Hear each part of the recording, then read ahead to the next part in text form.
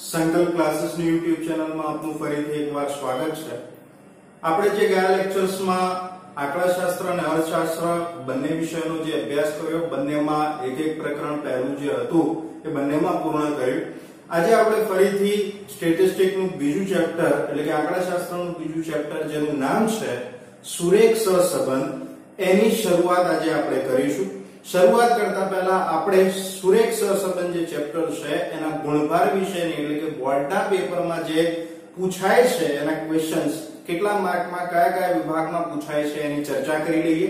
તો સૌથી પહેલા ધ્યાન આપજો, તો 12 માર્કનું બોર્ડની પરીક્ષામાં ચેપ્ટર પૂછાય છે। કેટલા માર્કનું આવે છે? ટોટલ 12 માર્કનું, જેની અંદર સેક્શન્સ A માં ઇક્વેશન, B માં ઇક્વેશન, C માં ઇક્વેશન, D માં અને F માં। જે IMP છે એ આ છે 5 માર્કનો દાખલો। રીતો એકદમ સહેલી છે। ચેપ્ટર નંબર 2 જે છે એ આગળના જે ચેપ્ટર છે ત્રીજું અને ચોથું એની સાથે જોડાયેલું છે। એટલે જો બીજું ચેપ્ટર જો તમને સરળતાથી આવડી જાય તો ત્રીજા અને ચોથામાં જે તમારે મહેનત કરવી પડે બિલકુલ ઓછી કરવી પડશે। તો હવે અહીંયા ધ્યાન આપો, એક વિકલ્પ પૂછાય, 1 માર્કનો એક ક્વેશ્ચન પૂછાય, 2 માર્કનો એક દાખલો અથવા તો ક્વેશ્ચન પૂછાઈ શકે, 3 માર્કનો એક દાખલો ટૂંકો જે પૂછાય છે અથવા તો થિયરી પૂછાઈ શકે, 5 માર્કમાં તમારી પાસે ગુણન પ્રઘાતની રીત જે આવે છે UV વાળી, XY વાળી, x - x બાર વાળી અથવા તો સ્પીયરમેનની કોઈ પણ રીત તમને પૂછી શકે। ઓકે, શરૂઆત આપણે એની પ્રસ્તાવનાથી કરીએ કે પ્રસ્તાવનામાં કઈ કઈ બાબતો તમને આપેલી છે। તો 11માં આપણે થોડું ઘણું જોઈએ તો 11માં આપણે એકચલીય, દ્વિચલીય અને બહુચલીય માહિતી વિશે થોડી ઘણી ચર્ચા કરી હતી, એટલે કે એના વિશે માહિતી મેળવી હતી। અહીંયા પણ એવું સેમ જ છે પ્રસ્તાવનામાં કે બે પરસ્પર સંબંધિત ચલ વિશેનો આપણે અહીંયા અભ્યાસ કરવાનો છે। બે ચલ લેવાના, કેટલા? બે ચલ આ ચેપ્ટરમાં એની વાત છે। એ સિવાય એક ચલની જો માહિતી તમારી પાસે હોય અને એનું જો તમે વિતરણ તૈયાર કરો તો એને કહેવાય એકચલીય વિતરણ। એક જ ચલ હોય એનું તમે કોષ્ટક કે વિતરણ તૈયાર કરો તો એને કહેવાય એકચલીય વિતરણ। ઉદાહરણ તરીકે કોઈ એક વિષયના તમે ગુણ, ધારો કે તમે અત્યારે 11માની છેલ્લી પરીક્ષા આપી છે તો છેલ્લી પરીક્ષામાં જે તમારા સ્ટેટિસ્ટિક્સમાં જે ગુણ આયા હોય કોઈ એક વિષયના, બરાબર, તો એક વિષયના જે ગુણ છે એ તમારા શું કહેવાશે? એકચલીય, કારણ કે બીજો કોઈ વિષય, બીજો કોઈ ચલ એની સાથે છે નહીં। બીજી વાત કરીએ, બે જુદા જુદા લક્ષણોની એક જ સમયે એકઠી કરેલ માહિતી એનું જે વિતરણ છે એને કહેવાય દ્વિચલીય વિતરણ, જે આપણે અહીંયા ભણવાનું છે।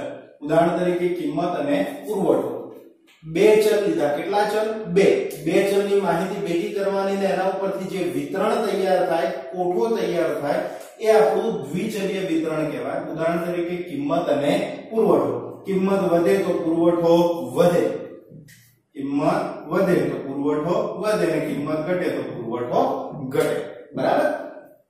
પછી છે બે થી વધુ ચલોની કિંમત જો તમારી પાસે હોય અને તમે એનું વિતરણ તૈયાર કરો તો એને કહેવાય બહુચલીય વિતરણ। કયું વિતરણ કહેવામાં આવે છે? બહુચલીય। ઓકે, 3 પ્રકારનું આવે, એકચલીય, દ્વિચલીય અને બહુચલીય। એક ચલ હોય તો એકચલીય, બે ચલ હોય તો દ્વિચલીય અને બે કરતા વધારે ચલ હોય તો બહુચલીય કહેવાય। આ જે સુરેખ સહસંબંધનું આપણી પાસે ચેપ્ટર છે એની અંદર આપણે માત્ર દ્વિચલીય જે વિતરણ છે એના વિશેની ચર્ચાઓ કરવાની છે। એકચલીય અને બહુચલીય આપણા કોર્સમાં આની અંદર આપેલું નથી। ઓકે, તો હવે શરૂઆત કરીએ સુરેખ સહસંબંધનો અર્થ।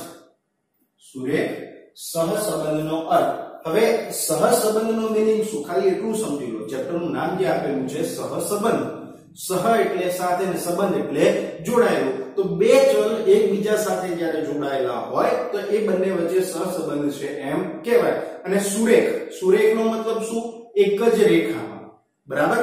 તો સુરેખનો મતલબ શું થાય? એક જ રેખામાં। સહસંબંધ એટલે બે ચલ એકબીજા સાથે શું થયેલા હોય? જોડાયેલા હોય। તો બે ચલની માહિતી તમે જ્યારે આકૃતિ દ્વારા દર્શાવો છો, બરાબર છે, આપણે આલેખમાં દર્શાવીએ, બિંદુઓ દર્શાવીએ છીએ એવી રીતે કે x નું બિંદુ આટલું હોય ત્યારે y નું આટલું હોય, તો 5 એ આટલા, 6 એ આટલા, 7 એ આટલા, એવી રીતે જે બિંદુઓ દર્શાવતા હતા એ બિંદુઓને જો તમે જોડો છો અને એક તમને સુરેખા મળે અથવા તો એના બિંદુઓ એની આસપાસ મળતા હોય તો તમે એને શું કહેશો? સુરેખ સહસંબંધ। અહીંયા ધ્યાન આપો, વ્યાખ્યામાં બે ચલની કિંમતોમાં એક સાથે થતા ફેરફારો મુખ્યત્વે કેટલા પ્રકારના હોય છે? બે પ્રકારના.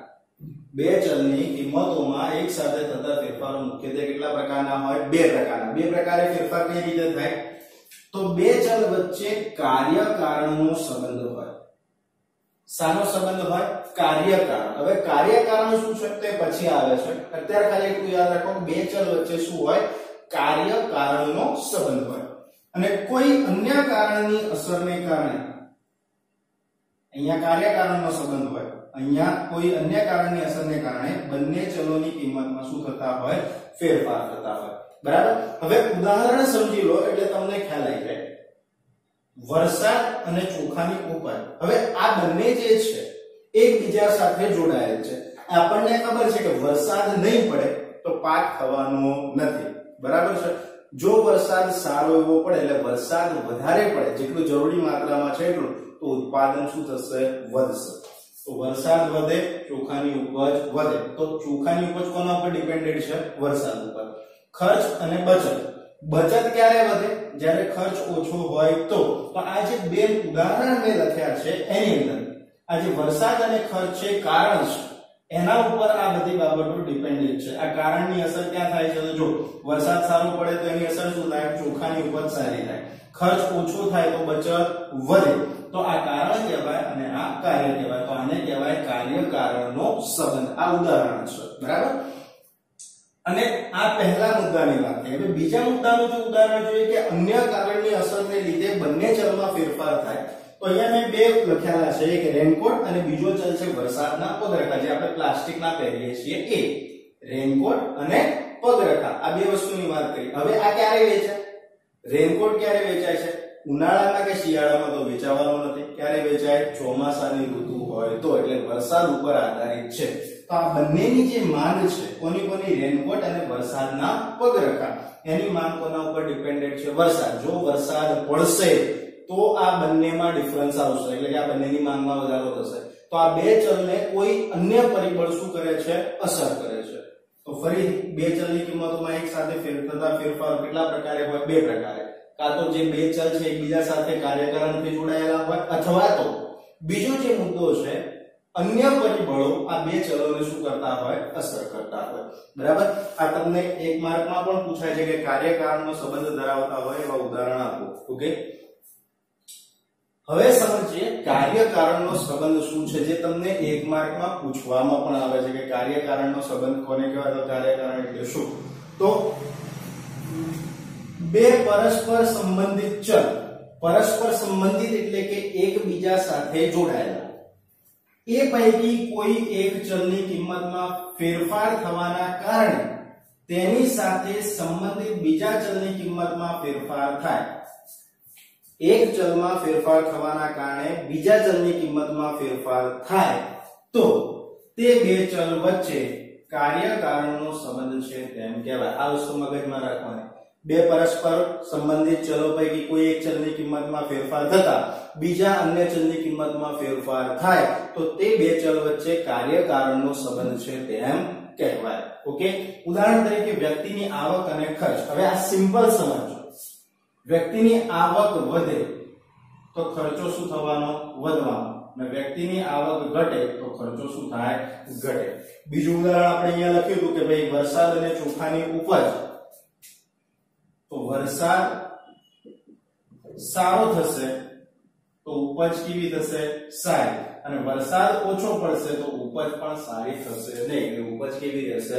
ઓછી. તો આ બંને વચ્ચે કેવો સંબંધ છે? કાર્યકારણ. આવક વધે તો ખર્ચ વધે, આવક ઘટે તો ખર્ચ ઘટે. અને જો આના ઉપરથી બીજું લખવું હોય કે ભાઈ આ તો એક થઈ ગયું તમારી પાસે, અને જો ખર્ચ સાથે બીજું કોઈ સરખાવવું હોય તો બચતની વાત કરીએ. જો ખર્ચ વધ્યો તો બચત શું થઈ ગઈ? ઘટી ગઈ. ખર્ચ ઘટ્યો તો બચત શું થઈ? વધી. તો આ બે વચ્ચે શું છે? કાર્યકારણનો સંબંધ છે. આ કારણ કહેવાય. બચત વધે છે ઘટે છે એનું કારણ શું છે? ખર્ચ. અને આ એનું શું કહેવાય? અસર, જે અહીંયા મેં દર્શાવેલું છે તમારી પાસે. ઓકે. ખબર પડી? તો આ હતો તમારો કાર્યકારણનો સંબંધ. હવે આપણે એના પછીના મુદ્દાની વાત કરીએ, સહસંબંધ. શું કીધું છે? સહસંબંધ. સહસંબંધ એટલે એકબીજા સાથે જોડાયેલું, જે મેં શરૂઆતમાં તમને કીધું. જો બે પરસ્પર સંબંધિત ચલની કિંમતોમાં પરસ્પર સંબંધિત એકબીજા સાથે જોડાયેલા પ્રત્યક્ષ રીતે ચલની કિંમતોમાં પ્રત્યક્ષ અથવા તો પરોક્ષ કાર્યકારણના લીધે પ્રત્યક્ષ અથવા તો પરોક્ષ એક ચલની અસર ડાયરેક્ટલી બીજા ઉપર થાય તો એને પ્રત્યક્ષ કહેવાય, પણ બે ચલ ઉપર કોઈ ત્રીજા પરિબળની અસર થાય તો એને પરોક્ષ કહેવાય. આ મગજમાં રાખજો. પ્રત્યક્ષ એટલે બે ચલ એકબીજા સાથે જે લેવા દેવા કરે તો એને શું કહેવાય? પ્રત્યક્ષ. અને પરોક્ષ જે આપણે અહીંયા જોયું, જુઓ આ વરસાદ અને ચોખાની ઉપજ, ખર્ચ અને બચત એકબીજા સાથે ડાયરેક્ટલી જોડાયેલા છે તો એને શું કહેવામાં આવશે? પ્રત્યક્ષ. અને આ જે રેનકોટ અને વરસાદના પગરખા છે કોની સાથે જોડાયેલા છે? કોઈ ત્રીજા પરિબળ સાથે. એટલે વરસાદ થાય તો જ, બાકી થશે નહીં, તો આને કહેવાય પરોક્ષ. ઓકે, તો પ્રત્યક્ષ અથવા તો પરોક્ષ કાર્યકારણના લીધે એક સાથે ફેરફારો થતા હોય તો તે બે ચલ વચ્ચે સહસંબંધ છે તેમ કહેવામાં આવે છે. શું કીધું છે કે જો પરસ્પર સંબંધિત જે બે ચલ છે એની કિંમતોમાં પ્રત્યક્ષ અથવા તો પરોક્ષ કારણસર એકબીજા સાથે અથવા તો બહારના કોઈ પરિબળને કારણે એક સાથે ફેરફાર થતા હોય તો તે બે ચલ વચ્ચે સહસંબંધ છે તેવું કહેવામાં આવે છે. ક્લિયર થઈ ગયું એટલું? હવે સહસંબંધ પછી આપેલું છે સુરેખ સહસંબંધ. આ એની વ્યાખ્યા આપેલી છે. અહીંયા તમને શું આપેલી છે? વ્યાખ્યા. હવે વ્યાખ્યા આપણે સમજી લઈએ તો બે પરસ્પર સંબંધિત ચલ, બે ચલ આપણે કયા કયા લીધા છે? x અને y. એના જોડની કિંમતોને આલેખપત્ર પર દર્શાવીએ. શામાં દર્શાવવાનું? આલેખપત્ર પર. અને તે બધા જ આલેખના બિંદુઓ આપણે જે x ની સામે y ની જોડ દર્શાવી દઈએ કે ભાઈ x 5 હોય ત્યારે y 10 છે, 1 10 x 10 હોય ત્યારે y 15 છે. એવી રીતે આપણે જે ટપકા જે દોરીએ છીએ, બિંદુઓ જે દોરીએ છીએ, એ બિંદુઓ એક જ સુરેખા પર આવેલા હોય અથવા તો સુરેખાની ખૂબ નજીક આવેલા હોય તો તેવા સંબંધને સુરેખ સહસંબંધ કહેવામાં આવે છે. તો જ્યારે બે સંબંધિત ચલ x અથવા તો y એની જે ક્રમયુક્ત જોડ છે એને આપણે આલેખપત્ર ઉપર દર્શાવીએ, એના બિંદુઓ દર્શાવીએ, એ બિંદુઓને જોડતી જે રેખા છે એક સુરેખા મળતી હોય અથવા તો એના બિંદુઓ એની આસપાસ ક્યાંય મળતા હોય તો એ બે ચલ વચ્ચેનો જે સંબંધ છે એને શું કહેવામાં આવે છે? સુરેખ સહસંબંધ કહેવામાં આવે છે. બીજી ટૂંકી વ્યાખ્યા જો જોઈએ તો શું કીધું છે કે બે સંબંધિત ચલોની કિંમતમાં થતો ફેરફાર લગભગ અચળ પ્રમાણમાં હોય તો તે બે ચલ વચ્ચે સુરેખ સહસંબંધ છે. બે ચલ એની કિંમતમાં થતો ફેરફાર લગભગ અચળ પ્રમાણમાં હોય એટલે બંનેમાં શું થતો હોય? વધારો ઘટાડો થતો હોય તો એ જે ફેરફાર છે એને શું કહેવામાં આવે છે? સુરેખ સહસંબંધ કહેવામાં આવે છે. બરાબર? તો આ તમારી શું હતી? વ્યાખ્યા. આ ખાસ ઉપરની યાદ રાખવાની શૈલી છે કે બે તમારી પાસે ચલ હોય, ચલની ક્રમયુક્ત જોડ હોય, એ જોડને આપણે આલેખપત્ર ઉપર દર્શાવીએ, આપણને બિંદુ મળે, બિંદુને જો જોડતી રેખા એક સુરેખા મળે અથવા તેના બિંદુ એ સુરેખાની ક્યાંક આસપાસ મળે તો એ બે ચલ વચ્ચે સુરેખ સહસંબંધ છે તેવું કહેવામાં આવે છે. ક્લિયર? સુરેખ સહસંબંધની વ્યાખ્યા પૂરી થઈ ગઈ. હવે આપણે જોઈએ સહસંબંધના પ્રકાર. આ તમને 2 માર્કમાં વિભાગ સીમાં પણ પૂછાઈ શકે છે. કાં તો ધન સહસંબંધની વ્યાખ્યા પૂછાય, કાં તો ઋણ સહસંબંધની વ્યાખ્યા પૂછાય, રોજે ઊભી પૂછાય કે સહસંબંધના પ્રકાર જણાવો અથવા તો કેટલા છે, કયા કયા. તો આ ધ્યાન આપજો. તો સહસંબંધના મુખ્ય 2 પ્રકાર છે. કયા કયા? તો એક ધન સહસંબંધ અને બીજો કયો સંબંધ છે? ઋણ સહસંબંધ. બરાબર? કયો? ધન અને બીજો છે ઋણ. હવે સમજી લો, ધન અને ઋણ બંનેની વ્યાખ્યા સેમ છે પણ અમુક શબ્દો બદલવાના. બે સંબંધિત ચલોની કિંમતોમાં થતા ફેરફારો, બે જે ચલ છે એની કિંમતમાં થતા ફેરફારો એક જ દિશામાં થતા હોય. ફેરફારો કેવી દિશામાં થતા હોય? એક જ દિશામાં થતા હોય તો ત્યારે બે ચલ વચ્ચે ધન સહસંબંધ છે તેમ કહેવામાં આવે છે. તો બે ચલ વચ્ચે જે ફેરફારો થાય જો એક જ દિશામાં થતા હોય તો એને શું કહેવાય? ધન સહસંબંધ. ઉદાહરણ તરીકે કિંમત અને પુરવઠો. હવે આ સમજી લેજો. કિંમત અને પુરવઠો કેમ?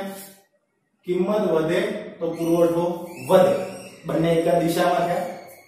કિંમત ઘટે તો પુરવઠો ઘટે, બંને પાછા એક જ દિશામાં છે. સામે જોઈએ, આવક વધે ખર્ચ વધે, આવક ઘટે ખર્ચ ઘટે. સરખી દિશામાં વધે ઘટે ઘટે. અહીંયા બી પત્નીની ઉંમર વધે તો પત્નીની પણ ઉંમર શું થશે વધે બરાબર ઉંમર તો ઘટે એવું તો આવે નહીં બરાબર પણ અમે ખાલી વધારાની વાત કરીએ તો પત્નીની ઉંમર પણ વધે સાથે સાથે પતિ અથવા તો પુત્ર હોય કે બાળક હોય જે હોય એની પણ ઉંમર વધે જેટલું વેચાણ વધે એટલો નફો વધે અને જેટલું વેચાણ ઘટે એટલો નફો શું થઈ જાય ઘટે બરાબર તો આ ઉદાહરણ હતા તમારા ધન સંબંધમાં કે બે ચલોની કિંમતમાં થતા ફેરફારો જો એક જ દિશામાં થતા હોય તો વધારો થતો હોય તો બીજામાં વધારો થાય એકમાં ઘટાડો થાય તો બીજામાં ઘટાડો થાય તો એક જ દિશામાં થતા હોય તો એ બે ચલ વચ્ચે કયો સંબંધ છે ધન સહસંબંધ છે એવું કહેવામાં આવે છે ક્લિયર હવે વાત કરીએ ઋણ સહસંબંધ કયો સહસંબંધ કીધો છે ઋણ સહસંબંધ ઋણ સહસંબંધની જો ચર્ચા કરીએ તો અહીં અંદર બે સંબંધિત ચલોની કિંમતમાં થતા ફેરફાર એકબીજાથી વિરુદ્ધ દિશામાં થતા હોય અહીંયા કઈ દિશા કીધી છે એક જ દિશા અહીંયા એકબીજાથી વિરુદ્ધ દિશા એટલે કે એક વધે તો બીજો ઘટે અને જો એક ઘટે તો બીજો શું થવો જોઈએ વધવો જોઈએ તો થતા હોય ત્યારે તે બે ચલ વચ્ચે ઋણ સહસંબંધ છે તેમ કહેવાય એક જ દિશામાં થાય ફેરફાર તો ધન સહસંબંધ એકબીજાથી વિરુદ્ધ દિશામાં થાય તો એને કહેવાય ઋણ સહસંબંધ ઉદાહરણ તરીકે કિંમત અને માંગ આવશે સોરી અહીંયા ભૂલ થઈ છે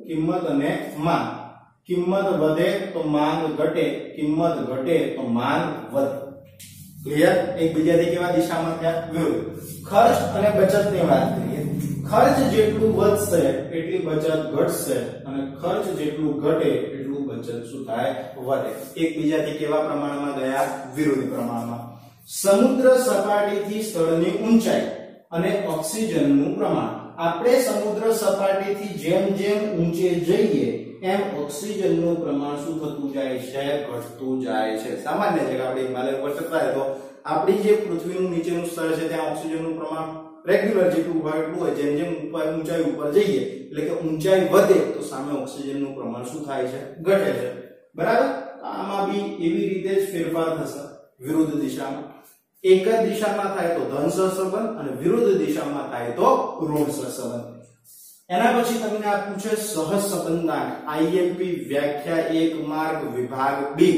સહસંબંધાંક એટલે શું તો સહસંબંધાંક કોને કહેવાય તો બે ચલ જે આપણી પાસે છે બે ચલ વચ્ચેના સુરેખ સહસંબંધની ઘનિષ્ઠતાના માપને આ શબ્દ લખવાનો ભૂલવાનો નથી બે ચલ વચ્ચેના સુરેખ સહસંબંધની ઘનિષ્ઠતાના માપને શું કહેવામાં આવે છે સહસંબંધાંક કહેવામાં આવે છે ફરીથી બે ચલ વચ્ચેના સુરેખ સહસંબંધના ઘનિષ્ઠતાના માપને સહસંબંધાંક કહેવામાં આવે છે જેને આપણે સ્મોલ r વડે દર્શાવીએ છીએ શાના વડે દર્શાવીએ છીએ સ્મોલ r વડે અને તેનું સૌપ્રથમ માપ આ વિકલ્પ પણ પૂછાઈ શકે કે ભાઈ સહસંબંધાંકનું સૌપ્રથમ માપ કોણે સૂચવ્યું હતું તો કાર્લ પિયર્સન કોણે સૂચવ્યું હતું કાર્લ પિયર્સને ઓકે તો આ સહસંબંધાંકની વ્યાખ્યા કે બે ચલ વચ્ચેના સુરેખ સહસંબંધની ઘનિષ્ઠતાના માપને શું કહેવામાં આવે છે સહસંબંધાંક જેને r વડે દર્શાવાય અને સહસંબંધાંકનું પહેલું જે માપ છે